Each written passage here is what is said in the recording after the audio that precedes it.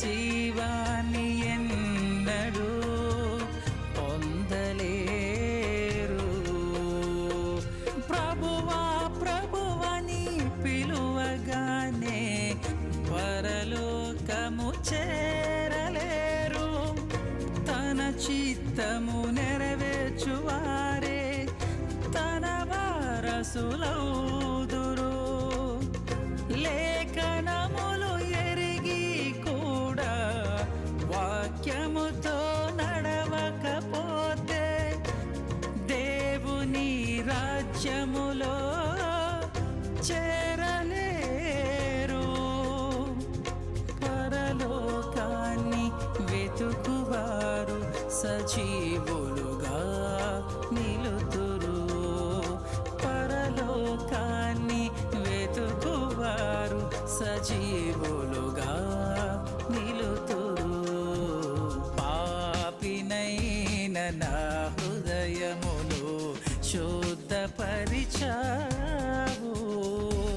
రోగినైన నా శరీరమును స్వస్థపరిచావు. నీ హృదయములో నాకు చోటిచ్చావు. నీ సమయములో నాతో గడిపావు. ప్రేమించే మనసు నీది ఈనాడే తెలిసింది. ప్రేమించే మనసు నీది ఈనాడే తెలిసింది. పాపినైన నా హృదయమును శుద్ధపరిచావు. రోగినైన నా శరీరమును స్వస్థపరిచావు.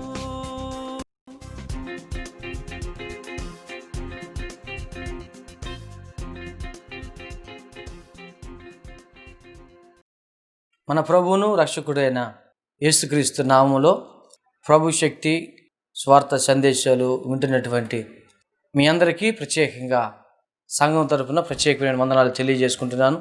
ప్రియులారా, దేవుడి వాక్యాన్ని వినుచు ఆధ్యాత్మికంగా బలపరచబడుతూ దేవుని సన్నిధానంలో నమ్మకంగా నడుచుకొనుచున్నారు అనేటువంటి విషయాన్ని మేము గ్రహించగలుగుతున్నాం. కాబట్టి ఈ సమయంలో కూడా మరి మనం ఈ వాక్యంలోనికి ముందు కొనసాగింపు చేద్దాం. పరిశుద్ధ గ్రంథంలో నుంచి కొన్ని మాటలు చదువుకుందాం. మార్కు సువార్త 6వ అధ్యాయము 33 వచ్చిన కాడ నుంచి కొన్ని మాటలు చదువుకుందాం. వారు వెలుచుండగా జనులు చూచి అనేకులైన ఆయన గుర్తెరిగిరి. సకల పట్టణముల నుండి అక్కడికి కాలినడకను పరిగెత్తి వారికంటే ముందుగా వచ్చిరి గనుక యేసు వచ్చి ఆ గొప్ప జనసమూహమును చూచి వారు కాపరిలేని గొర్రెల వలె ఉన్నందున వారి మీద కనికరపడి వారికి అనేక సంగతులు బోధింపసాగాను. ప్రొద్దుపోయిన తర్వాత ఆయన శిష్యులు ఆయన వద్దకు వచ్చి, ఇది అరణ్య ప్రదేశము, ఇప్పుడు చాలా ప్రొద్దుపోయినది. చుట్టుపక్కల ప్రదేశములకు గ్రామములకు వారు వెళ్ళి భోజనముకైనను కొనుక్కోటకైనను వారిని పంపివేయమని చెప్పిరి. చిన్న ప్రార్థన చేసుకొని వాక్యాన్ని మనం ప్రారంభించుకుందాం. ప్రేమగల తండ్రి, నీ పరిశుద్ధమైన పాదములకు వందనాలు. వాక్యము నీది గనక మేము నీ వారమే ఉన్నాం గనక వాక్యం ద్వారా మాతో మాట్లాడి మమ్మల్ని బలపరిచి నీ కృపలో నడిపించి సహాయం చేయమని యేసు నామములో ప్రార్థిస్తున్నాము తండ్రి, ఆమేన్. ప్రభునందు ప్రియ దేవుని బిడ్డలారా, చదవబడినటువంటి వర్తమానం ఒకసారి మనకి జ్ఞాపం చేసుకుంటే ఇక్కడ యేసు ప్రభువారు చెప్పినటువంటి మాటలను వినటానికి అనేక మంది వేగిరమే పరిగెత్తుకొని వచ్చినటువంటి సందర్భం కనబడుతున్నాయి. ఇక్కడ ఒక విషయాన్ని మనం జ్ఞాపం చేసుకోవచ్చు. ఇక్కడ అపోస్తులు అనగా ఆయన శిష్యులు అనేకమైనటువంటి సందర్భంలో పరిచర్యకి వెళ్ళి వచ్చిన తర్వాత జరిగినటువంటి సంగతులు యేసు ప్రభువారికి చెప్పిన తర్వాత యేసు ప్రభువారు అంటున్నారు కదా, మీరు వెళ్ళి కాసేపు అలసట తీర్చుకోనండి. కారణం ఏంటంటే అప్పటిదాకా వారి దగ్గరికి జనాలు వస్తూ వెళ్తున్నారు కనుక వారికి తీరిక లేనందు వలన యేసు ప్రభువారు గుర్తెరిగి, ఇదిగో మీరు అరణ్యములకు వెళ్ళి మీరు కాసేపు అలసట తీర్చుకోనని యేసు ప్రభువారు చెప్పిన తర్వాత వారందరూ కలిసి అరణ్య ప్రదేశానికి వెళుతున్నటువంటి సందర్భంలో ఇక్కడ మన విషయాన్ని మనం జ్ఞాపం చేసుకోవచ్చు. వారు వెలుచుండగా జనులు చూచి అనేకులు ఆయనను గుర్తెరిగిరి. సకల పట్టణం నుండి అక్కడికి కాలినడకను పరిగెత్తి వారికంటే ముందుగా వచ్చిరి. ఇక్కడ అనేకమైనటువంటి పట్టణస్థులు, యేసు ప్రభువారు ఎరిగిన వారందరూ కూడా యేసు ప్రభువారు వెళ్తున్న సంగతిని అనేక మంది చూచుట ద్వారా యేసు ప్రభువారి దగ్గరికి రావటం వారు ప్రారంభించారు. కనుక వారికంటే వీళ్ళే ముందుగా వెళ్ళిపోయి అక్కడ యేసు ప్రభువారి వద్ద వారు నిలబడి ఉన్నప్పుడు యేసయ్య వారి మీద కనికరపడి, ఇదిగో కాపరి లేని గొర్రెల వలె వారు ఉన్నారు కనుక వీరికి దేవుని మాట అవసరం అనేటువంటి సంగతిని, సత్యాన్ని యేసు ప్రభువారు గుర్తెరిగి వారికి మంచి సంగతులు బోధించటము ఆయన ప్రారంభించాడు. గమనించిన ప్రియ దేవుడిలారా, యేసు ప్రభు మాటలో శక్తి ఉంది, యేసు ప్రభు మాటలో ఎనలేని గొప్ప బలం ఉంది కనుక ఆ మాట విన్నవారు అనేక మంది గొప్ప వారి హృదయంలో కార్యసిద్ధి జరుగుతుంది. ఆయన మాట విన్నటువంటి అనేక జీవితాలు బాగుపడుతున్నాయి. ఆయన మాట విన్నటువంటి అనేక మంది హృదయాలు నూతనాత్మంగా మార్చబడుతున్నాయి. ఆయన మాట విన్నటువంటి అనేక మంది కూడా నూతన మార్గములో వారు తన సత్ప్రవర్తన కలిగి దేవుని యొద్దకు నడిపించే విషయంలో ఏమాత్రం వెనుకాడక ఇదిగో దేవునికి చేరు విషయం అన్నవారు ఉన్నారా సంగతిని గ్రహించి మేము దేవుని మాట వినాలి అనేటువంటి ఒక ఉద్దేశ భావంతో ఆయన ఎక్కడుంటే అక్కడికి యేసు ప్రభువు దగ్గరికి వెళ్ళటం జరిగింది. గమనించిన ప్రియ దేవుడులారా, ఇప్పుడున్నటువంటి ప్రాంతము కూడా అది అరణ్య ప్రాంతము. జాగ్రత్తగా గమనించాలి. మనుషులు తిరిగే ప్రాంతం కాదు, అయినా కూడా ఇది అరణ్య ప్రదేశం అనే సంగతి తెలుసు కూడా అక్కడ ఎవరు ఉండరు, అది భయంకరమైనటువంటి స్థలము అనేటువంటి విషయాన్ని తెలుసు కూడా ఈ జన సమూహమును దేవుడి సన్నిధానంలో దేవుడు మాట కొరకు వారు పరిగెత్తుకొని వారు వెళ్ళినప్పుడు వీళ్ళకి దేవుని వాక్యం అవసరం అన్న సంగతిని యేసు ప్రభువు గుర్తెరిగి దేవుని వాక్యం చెప్పటం ఆయన ప్రారంభించాడు. గమనించిన ప్రియ దేవుడులారా, ఈ దినాలలో దేవుని వాక్యం వినాలంటే విసుకొచ్చేస్తుంది. ఈ దినాలలో దేవుని వాక్యము విందామనేటువంటి మనసు లేకుండా పోతుంది. కారణం ఏంటంటే వాక్యం మాకు తెలుసు కదా, ఆదికాండం మొదలుకొని ప్రకటన గ్రంథం వరకు చదవని అధ్యాయం అంటూ ఏదీ లేదు కనుక ఏ అధ్యాయంలో ఏ మాట ఉందో, ఏ వచనం ఎక్కడుందో సమస్తం మాకు తెలుసు. అనేక మార్లు మేము చదువుతూ ఉన్నాం, లేదా సేవకు చెప్పిన మాట మేము వింటున్నాం కనుక వాక్యవంతం మాకు తెలుసు కనుక దేవుడి మాట అవసరం లేదులే అనేటువంటి విశ్వాసులు ఉన్నటువంటి పరిస్థితి కనబడుతుంది. కానీ ఆ దినాల్లో ప్రియ దేవుడులారా, దేవుని వాక్యానికి ప్రాధాన్యత కలిగిన వారిగా, దేవుని వాక్యం అంటే ఉత్సాహపడి, దేవుని వాక్యం అంటే ఒక మంచి విలువతో కూడినటువంటి మనస్సు వారిలో చేర్చుకోవటాన్ని బట్టి దేవుడి వాక్యం వినటానికి ఎక్కడికైనా పరిగెత్తగలుగుతున్నారు. కారణం ఏంటో తెలుసా? దావీదు అంటాడు కదా, నీ వాక్యమే నేను బ్రతికించాను, నా బాధలో నెమ్మది కలుగు చేశాను, నీ వాక్యము నా పాదములకు దీపము, నా త్రోవకు వెలుగే ఉన్నది అని దేవుని వాక్యము సెలవిస్తున్నట్లుగా ఆ వెలుగుకరమైన మార్గములో అనేక మంది జీవితాలు వెలిగించబడి ఆ రీతిగా నడిపించబడటానికి కొరకు దేవుని వాక్యం వినటానికి వేగిరమే వారి మనస్సును వారు పూనుకున్నారు. ఒక పూటల్లో అవ్వచ్చు, ఒక రోజుల్లో అవ్వచ్చు, ఎన్ని గంటలు దేవుని వాక్యాన్ని వినటానికి ఏమాత్రం వారికి విసుగు చెందలేని వారిగా ఉన్నారు. కారణం ఏంటంటే ఆ వాక్యం అనేటువంటి మధురాన్ని వారు వింటూ ఆస్వాదించగలుగుతూ దేవుడి యొక్క మహిమాత్మతో నింపబడినటువంటి జీవితాన్ని వారు జీవించగలుగుతున్నారు కనుక వారు ఆ వాక్యం వినే కొంది వారిలో బలము, ఆ వాక్యం వినే కొంది వారిలో శక్తి, ఆ వాక్యం వినే కొంది వారిలో ఎన్నడూ లేనటువంటి గొప్ప అనుభూతిని వారి జీవితంలో వారి కలుగుతున్నాయి కనుక దేవుడి వాక్యం వినటానికి మంచి మనసు కలిగిన వారిగా ఉన్నారు. గమనించిన ప్రియ దేవుడులారా, యేసు ప్రభువారు గమనించారు, వీరు కాపరి లేని గొర్రెలుగా ఉన్నారు. ఆయన యొక్క వాక్యాన్ని విశ్వాసులకు అందించడం జరిగింది. ఇక్కడ విషయాన్ని మనం జ్ఞాపకం చేసుకోవాలి. దేవుడి వాక్యం అనగా ఆయన మాట, అంటే ఆయన మాట వినటానికి వారు మనసు పూనుకున్నారు. ఈ సమయంలో నీవు నేను కూడా దేవుని మాట వినటానికి మన మనసు పూనుకున్నప్పుడు అంట మన జీవితంలో అనేకమైన ఆశీర్వాదాలు పొందుకోగలుగుతాం.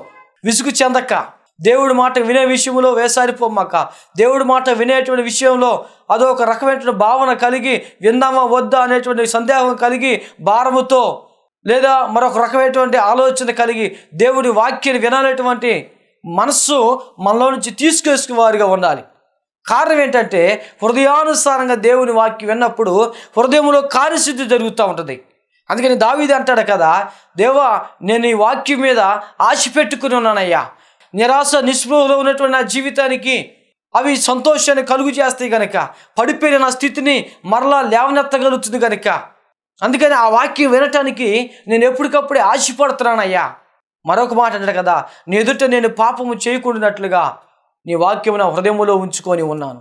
అని దేవుని వాక్యం ద్వారా ఈ రీతిగా దావీదు మహారాజు సంబోధిస్తూ చెప్పిన సంగతులు మనం జ్ఞాపకం చేసుకోవాలి. కనుక ప్రియ దేవుడులారా, వారు అరణ్య ప్రదేశమైనటువంటి సంగతి కూడా జ్ఞాపం చేసుకుని దేవుని మాట వినటానికి మన మనస్సు పూనుకున్నప్పుడు ఎలాంటి ఆశీర్వాదం కలుగుతాయి.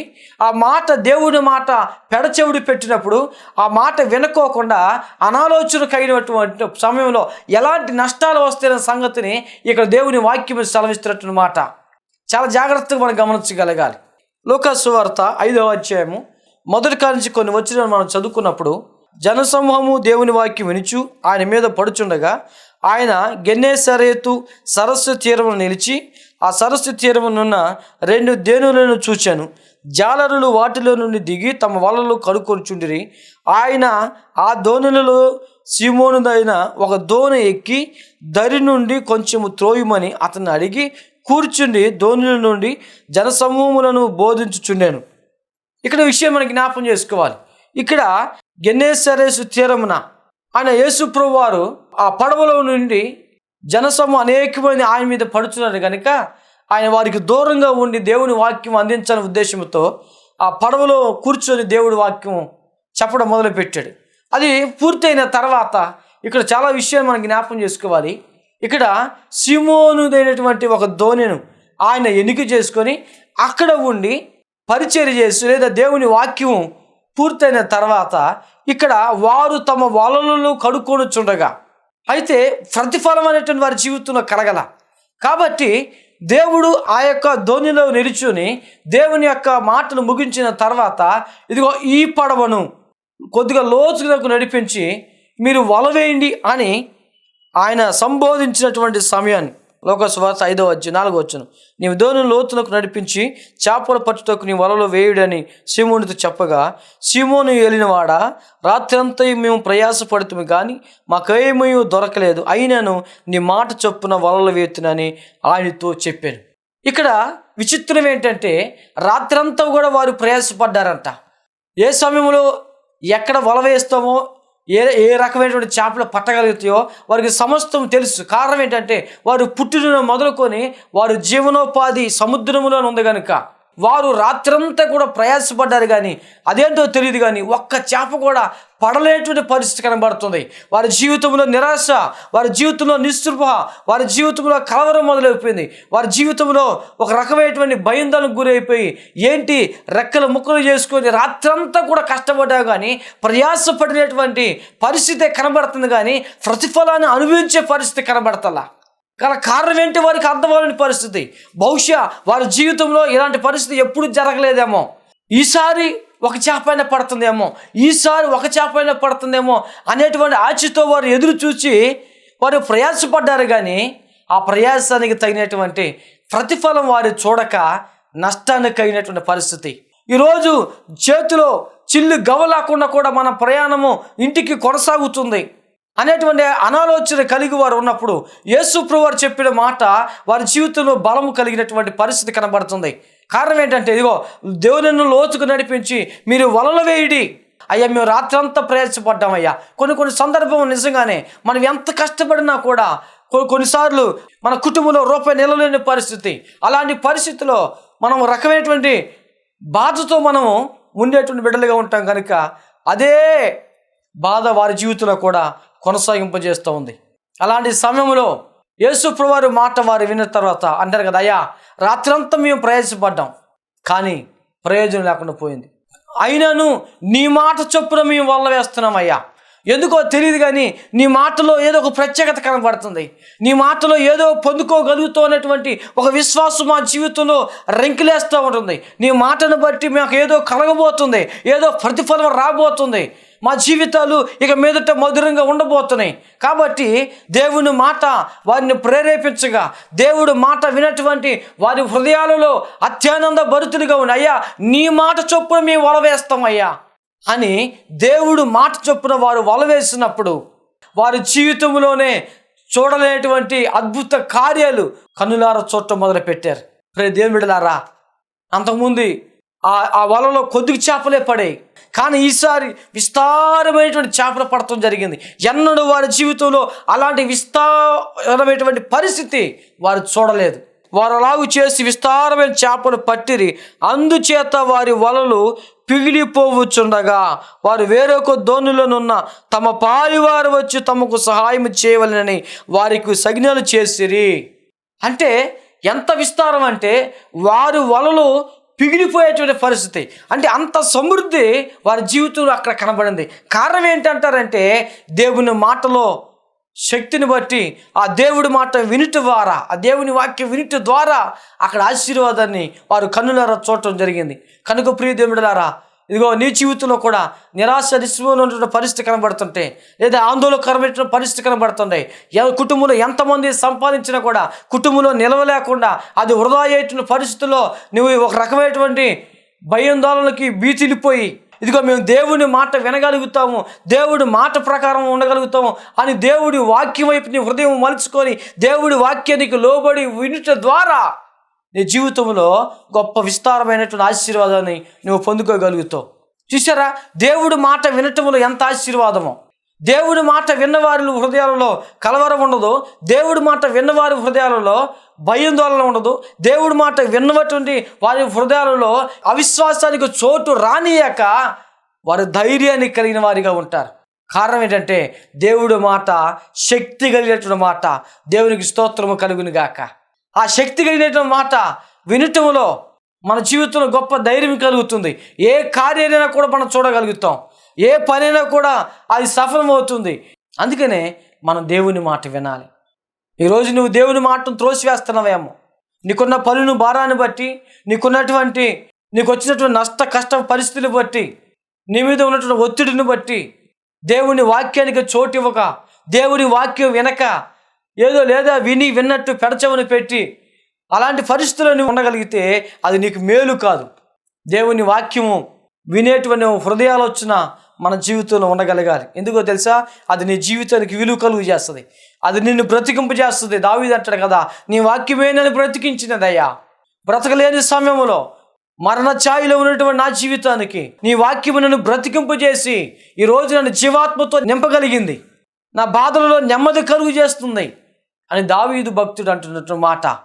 దావీదు గొప్ప రాజుగా ఉన్న కూడా దేవుని వాక్యానికి ప్రాధాన్యత ఇస్తున్నాడు. అలాంటి పరిస్థితుల్లో దేవుని వాక్యము అతన్ని బ్రతికింపజేసింది. అందుకనే దేవుని వాక్యానికి మనం ప్రాధాన్యత ఇవ్వగలిగిన వారిగా ఉండాలి. దేవునికి స్తోత్రం కలుగును గాక. గమనించండి ప్రియ దేవుడులారా, దేవుని వాక్యం అనగా దేవుని మాట. నువ్వు ఏ రీతిగా వినగలుగుతున్న దేవుడి మాట? దేవుడి మాట నువ్వు వినటం వల్ల నీకు సంతృప్తి కలుగుతుందా? దేవుని మాటలో నువ్వు వినటం ద్వారా నేను దేవునికి సమీపంగా చేరువలో ఉన్నాను, క్రమబద్ధమైన భక్తిని కొనసాగింపజేస్తున్నాను, అత్యున్నతమైనటువంటి ఆత్మ సంబంధమైన జీవితంలో నేను దేవునిలో కొనసాగింపజేస్తూ నా భక్తిని బట్టి దేవుడు సంతోషించగలిగినట్లుగా మాట వినటంలో నా భక్తిని కొనసాగింపజేస్తున్నాను అన్న తృప్తి నీ జీవితంలో కనబడుతుందా? దేవుడి మాట వినటంలో ఉన్నటువంటి ఆనందము మరొకసారి ఎక్కడ మనకు దొరకదు. పేతురు దేవుడి మాట వినటం ద్వారా అక్కడ ఆశీర్వాదాలు పొందుకున్నాడు. అలాగే దేవుడి మాట వెనక కొంతమంది వారి జీవితంలో నష్టాన్ని కొని తెచ్చుకోగలిగిన వారిగా ఉన్నారు. మనం ఒక విషయాన్ని మనం జ్ఞాపకం చేసుకోవాలి. ఇశ్రాయేలుకి మొట్టమొదటిగా వారు అందరూ కూడా మాకు రాజు కావాలని వారు దేవుని సన్నిధానంలో వారు అడిగినప్పుడు దేవుడు ఇశ్రాయేలు ప్రజలకి మొట్టమొదటిగా రాజుగా ఉండాలని సౌలుని దేవుడు ఏర్పాటు చేశాడు. దేవుడు అభిషేకించి రాజుగా ఉన్నటువంటి పరిస్థితిని దేవుడు కలుగు చేశాడు. కాబట్టి ఆ రీతిగా నువ్వు నా మాట వినాలి, నా మాట ప్రకారం నువ్వు నడవాలి అని దేవుడు చెప్పిన తర్వాత కొంతకాలము దేవుడు మాట వింటూ వచ్చాడు. కొన్ని సందర్భంలో దేవుడి ద్వారా మేలు పొందుకుంటే కొంతకాలం దేవుడు మాట వింటాం, కొంతకాలము భక్తిలో కొనసాగుతాం, కొంతకాలం దేవునితో ఉన్నట్టే ఉంటాం, కొంతకాలము ప్రార్థన చేస్తూ ఉంటాం. కానీ రాను అయిపోతుందంటే ఆ మాటకి దూరం అయిపోయి, ఆ భక్తికి దూరం అయిపోయి నువ్వు పాడు చేసుకొని ఒక రకమైనటువంటి గర్వ ఆలోచనతో కూడినటువంటిది మన జీవితంలో కలుగుతున్నట్లుగానే ఇక్కడ సౌలు జీవితంలో కూడా అదే ఏర్పడింది. ఇంతకాలం నేను దేవుని మాట విన్నాను కదా, ఇక మీదట నా మాటను బట్టి నడిస్తే బాగుంటుందేమో. కొన్నిసార్లు అన్ని ఆశీర్వాదాలు మేలులు కలిగిన తర్వాత మేము బాగా బ్రతుకుతున్నాము, ఎవరిని చేయి చాపుకోకుండా బ్రతుకుతున్నాము అన్న తర్వాత దేవుడికి స్థానం ఇవ్వలేని వారిగా ఉంటారు, తెలియనటువంటి గర్వం. అట్లాగే ఇక్కడ సౌలు కూడా దేవుడు మాట వింటూ నటిస్తూ ఉన్నటువంటి పరిస్థితి కనబడుతుంది. జ్ఞాపం చేసుకుని ప్రియ దేవుడులారా, ఇక్కడ అమ్మవారి మీదకి యుద్ధానికి వెళ్తున్నప్పుడు అక్కడి నుంచి నువ్వు ఏది తీసుకురావద్దు, ఏది తాకవద్దు, విజయముతో మీరు తిరిగి రండి అని దేవుడు చెప్పిన తర్వాత కూడా దేవుడి ద్వారా దేవుడి సేవకుడు నాకు చెప్పినటువంటి సంగతిని నేను జ్ఞాపం చేసుకోవాలి. దేవుడు మాటకు నేను విలువిచ్చి స్థానం ఇచ్చి ఆ ప్రకారంగా నమ్మకంగా నేను నడిపించబడాలనే ఉద్దేశంతో ఏమాత్రము లేకోకుండా అక్కడ ఉన్నటువంటి అన్నీ కూడా సొంత లాభం చేకూర్చబడుతుందనే సంగతిని తెలుసుకొని కొన్ని జంతువులను వారిని తీసుకురావటం జరిగింది. ఇక్కడ అంటాడు కదా దేవుడు ఆ విషయం, మనం అయ్యా బలు అర్పించడం గొప్పతనం కాదు, కానీ మాట వినటం గొప్పతనం. ఎవరి మాట వినటం గొప్పతనం? దేవుడి మాట వినటం గొప్పతనం. దేవుడి మాట మనం వినేవారిగా ఉండాలి. ఏదో ధనవంతుల మాటో, ధనికుల మాటో, గొప్పవారు మాటో, పెద్దగా ఉన్నటువంటి స్థాయిగా ఉన్న వారి మాటో వినేసి ఏదో కలుగుతుంది అనేటువంటి ఉద్దేశం భావాలు లేవు. కారణం ఏంటంటే మనుషులు కొంతసేపు కనబడి అంతలోనే మాయమైపోయేటువంటి ఆవిరి వంటి జీవితాలు కనుక వారికి మనము భయపడి వారి మాట విని వనకవలసిన పరిస్థితి మనకు లేదు. దేవుడికి స్తోత్రం కలుగును గాక. కాబట్టి ఆ రీతిగా మరలా సమూయేలుతో దేవుడు మాట్లాడుతున్నాడు. అయ్యా నువ్వు సౌలు దగ్గరికి వెళ్ళు, నా మాట మీరినటువంటి పరిస్థితి కనబడుతుంది. నా మాట వారి హృదయంలో చోటివ్వక గర్వపు హృదయాలోచన కలిగి చెడిపోయినటువంటి జీవితం ద్వారా తను తాను చెడగొట్టుకొనుచు నా మార్గంలో నుంచి సొంత మార్గాన్ని ఆయన కలుగు చేసుకొనొచ్చు, నేను రాజుని కదా ఏదైనా పర్లేదు అనుకుంటారేమో, వెళ్ళు అని సమూయేలుని దేవుడు సౌలు దగ్గరికి పంపించిన తర్వాత ఈ సమూయేలు దగ్గర అబద్ధం ఆడుతున్నాడు. అంటే దేవుడి దగ్గరే అబద్ధం ఆడుతున్నాడు. కారణం ఏంటంటే అయ్యా నా కోసం తెచ్చినవి కాదు, నా దేవుడి కోసం తీసుకొచ్చా, నీ దేవుడి కోసం నేను తీసుకొచ్చా. కారణం ఏంటంటే మంచి వాటిని తీసుకొచ్చి దేవుడికి బలిగా అర్పించాలనుకున్నా, అవి దేవుడికి ఇష్టముగా అని మరల వెంటనే మాట మార్చి అతను మాట్లాడుతున్నాడు. గమనించిన ప్రియ దేవుడులారా, దేవుని మాట వినకపోవటాన్ని బట్టి దేవుడి కృపకు దూరం అయిపోయాడు, దేవుడి సన్నిధికి దూరం అయిపోయాడు. అయ్యో ఎంత గొప్ప దేవుడు, పెంట కుప్ప మీద ఉన్నటువంటి నా జీవితాన్ని ఒక రాజు స్థానంలో దేవుడు నన్ను నిలబెట్టాడు కనుక నేను కృతజ్ఞత కలిగి నేను బ్రతికినంత కాలము నా దేవుని కొరకు నేను బ్రతకాలి, నా దేవునితో నడవాలి అనుకోవాల్సింది పోయి నా జీవితం ఏ పాటిది? ఆఫ్టర్ ఒక గాడిదలు ఎదుక్కుంటూ నేను ఊరు తిరుగుతున్నటువంటి నా జీవితాన్ని దేవుడు ప్రేమించి ఈ స్థానాన్ని ఇచ్చాడే, నాకు ఆ స్థానంలో ఉండటానికి అర్హత లేదే, అయినా కూడా దేవుడు నన్ను ప్రేమించి స్థానం ఇచ్చాడు కనుక నేను దేవుని మాటకి కట్టుబడి ఉండాలి అనేటువంటి సంగతిని సౌలు మర్చిపోయినటువంటి పరిస్థితి కనబడుతుంది. ఇప్పుడు దేవుని బిడ్డలారా, దేవుడి మాట వెనక నువ్వు కూడా అలాంటి పరిస్థితిని బట్టి ఉండగలుగుతున్నామో దేవుని కృపకు దూరం అయిపోతావు. కొన్ని సందర్భంలో దేవుడి మాట వెనక కొన్ని నష్టాలు కొని తెచ్చుకుంటాం. ఈ రీతిగా అక్కడ దేవుడు కోపంతో వెంటనే సౌలుని సింహాసనం నుంచి దింపేశాడు. తనకంటూ చిన్నవాడైనటువంటి దావీదుకి దేవుడు ఆ స్థానాన్ని అప్పచెప్పాడు. ఇక్కడ ఒక విషయం మనం జ్ఞాపకం చేసుకోగలగాలి. దేవుడు మాట వినకపోతే నీకు కలిగినవన్నీ కూడా నువ్వు పోగొట్టుకుంటావు. బహుశా సౌలు ఇలాంటి పరిస్థితి వస్తుందని ఊహించలేదేమో, నాకేంటి నేను రాజుని కదా ఏదైనా చేయగలను అనేటువంటి మనసు కలిగిన వాడుగా ఉన్నాడు తప్ప, అయ్యో నేను దేవుడితో ఆటలాడుతున్నానేమో, దేవుడు మాట వినట్లేదు కాబట్టి దేవుడు గ్రహించగలుగుతాడేమో, దీనివల్ల నాకు ఎంత నష్టం కలుగుతుంది, దీనివల్ల నా జీవితం ఎంతగా భ్రష్టుపట్టిపోతుంది, దాని ద్వారా ఒక ప్రణాళిక వేసుకోలేని పరిస్థితిలో ఉన్నాడు. కనుక ప్రియ దేవుడులారా, జాగ్రత్తగా మనం గమనించగలగాలి. దేవుడి ద్వారా ఏమేమి పొందుకున్నావో ఆ పొందుకున్న వాటిని బట్టి నువ్వు సంతృప్తి కలిగి సంతోషించేటువంటి సమయంలో దేవుడి మాటకి చోటు ఇవ్వకపోతే సమస్తాన్ని కోల్పోతావు. అక్కడ సంసోను కూడా మనం ఒకసారి జ్ఞాపం చేసుకోవచ్చు. సంసోను దేవుడి మాట వినక భ్రష్టత్వంలోకి వెళ్ళిపోయాడు. అక్కడ చక్కగా రాయబడి మాట, యెహోవా తనను ఎడబాసినను అతనికి తెలియలేదు. అప్పటిదాకా దేవునితోనే ఉన్నాడు, దేవుడు అతనితోనే ఉన్నాడు. దేవుని ఆత్మ ద్వారా నడిపించబడుతూ విజయాలు పొందుకొనొచ్చు మంచి బలాభివృద్ధి కలిగినటువంటి వాడిగా, దేవుని యొక్క చేత అభిషేకించబడిన వాడిగా మంచి పేరు సంపాదించినా కూడా ఆ తర్వాత దేవుడికి దూరం అయిపోయి దేవుడు మాట వినక ఉండుట చేత యెహోవా అతన్ని ఎడబాసాను, దేవుడు విడిచిపెట్టేశాడు. ఇక దేవుడికి అతనికి ఏమాత్రం సంబంధం లేని వారి పరిస్థితులు అక్కడ కనబడుతుంది. అందుకని తన జీవితం ఏమైపోయింది తెలుసా? తన బ్రతుకు గుడ్డు బతుకు అయిపోయింది, కళ్ళు కనబడలేని పరిస్థితి అయిపోయింది, బంధించబడినటువంటి పరిస్థితి అయిపోయింది. ఎవరైతే శత్రువులు ఉంటారో శత్రువులకి చిక్కబడి బంధకాలలో ఉండిపోయి విడుదల విమోచన లేని పరిస్థితిలోకి దిగజారిపోయినటువంటి పరిస్థితిని మనం జ్ఞాపకం చేసుకోగలుగుతాం. ప్రియ దేవుడిలారా, నువ్వు అలాంటి పరిస్థితిలోనికి వెళ్ళకోకుండా దేవుడు నిన్ను హెచ్చరిస్తున్నాడు. ఇప్పటికైనా దేవుడి వాక్యానికి చోటిస్తావా? ఇప్పటికైనా దేవుని వాక్యం వినేటి విషయంలో అజాగ్రత్తలు విడిచిపెట్టి జాగ్రత్త కలిగి దేవుడి వాక్యము ద్వారా నేను ఎన్నో నూతనటువంటి జీవితాలు లేదా సత్యమైన జీవితాన్ని జీవించగలుగుతూ సత్ప్రవర్తన కలిగి అనేక మందికి మాదిరిగా ఉండగలుగునట్లుగా దేవుని వాక్యానికే, దేవుని మాటకే ప్రాధాన్యత ఇస్తాను ప్రభువా అని నీ జీవితాన్ని నువ్వు మలుచుకున్నప్పుడు దేవుని ఖచ్చితంగా నీ స్థానాన్ని మారుస్తాడు. ప్రియ దేవుడిలారా, ఒక మాట విన్నాడు పేతురు, తన జీవితం మారిపోయింది.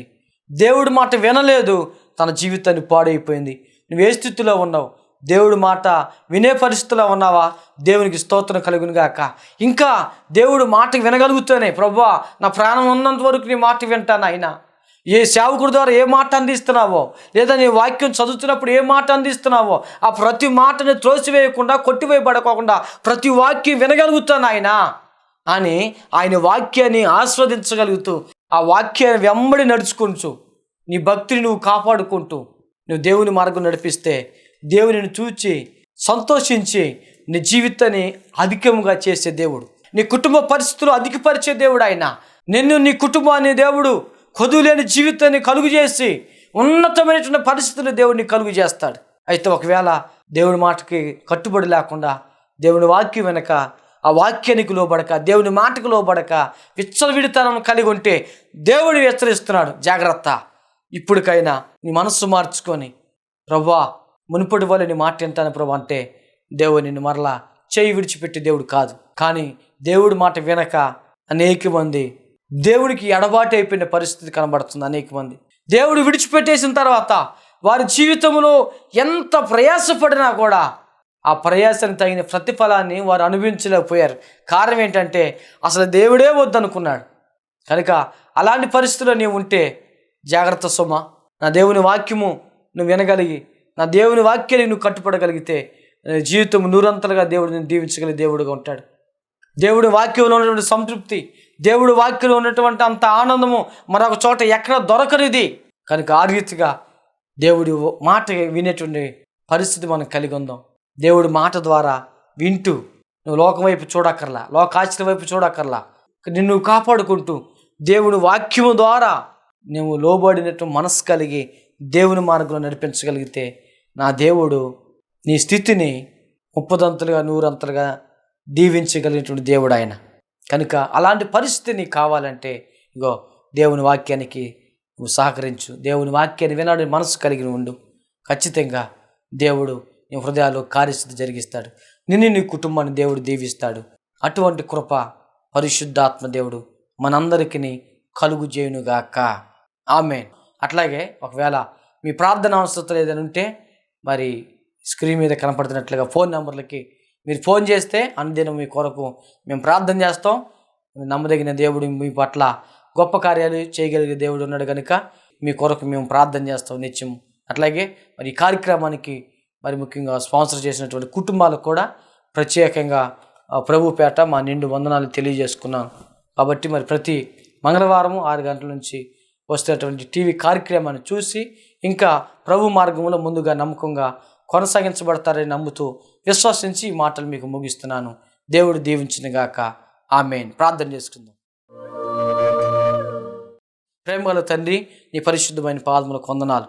వాక్యం ద్వారా మాతో మాట్లాడినందుకు నీకు స్తోత్రాలు. నీ వాక్యం మా జీవితంలో గొప్ప కార్యాలు చేసేది కనుక ఆ వాక్యం వినాలనే మనసు, ఆ త్రాపత్రత మా జీవితంలో కలుగజేయమని ప్రార్థిస్తున్నాము తండ్రి. నీకు స్తోత్రాలు. అనేక మంది నష్టాలు కలిగిన వారిగా ఉన్నారు. అలాంటి పరిస్థితి మాకు ఎన్నడూ రాకోకుండా ముందుగానే భయం కలిగి, భక్తి కలిగిన ఆయన, నీ మాటకి ప్రాధాన్యత ఇచ్చిన ఆయన, ఆ మాటలో ఉన్నటువంటి మకరందాన్ని ఆస్వాదించడం ద్వారా అనేకమైనటువంటి సంతోషమైన జీవితాలు మేము జీవించగలటానికి నీ కృపలో నడిపించి సహాయం చేయమని యేసు నామములో ప్రార్థిస్తున్నాము తండ్రి. Amen. Amen. Amen. God bless you. ప్రభు మిమ్మల్ని దీవించును గాక. అందరికి వందనాలు.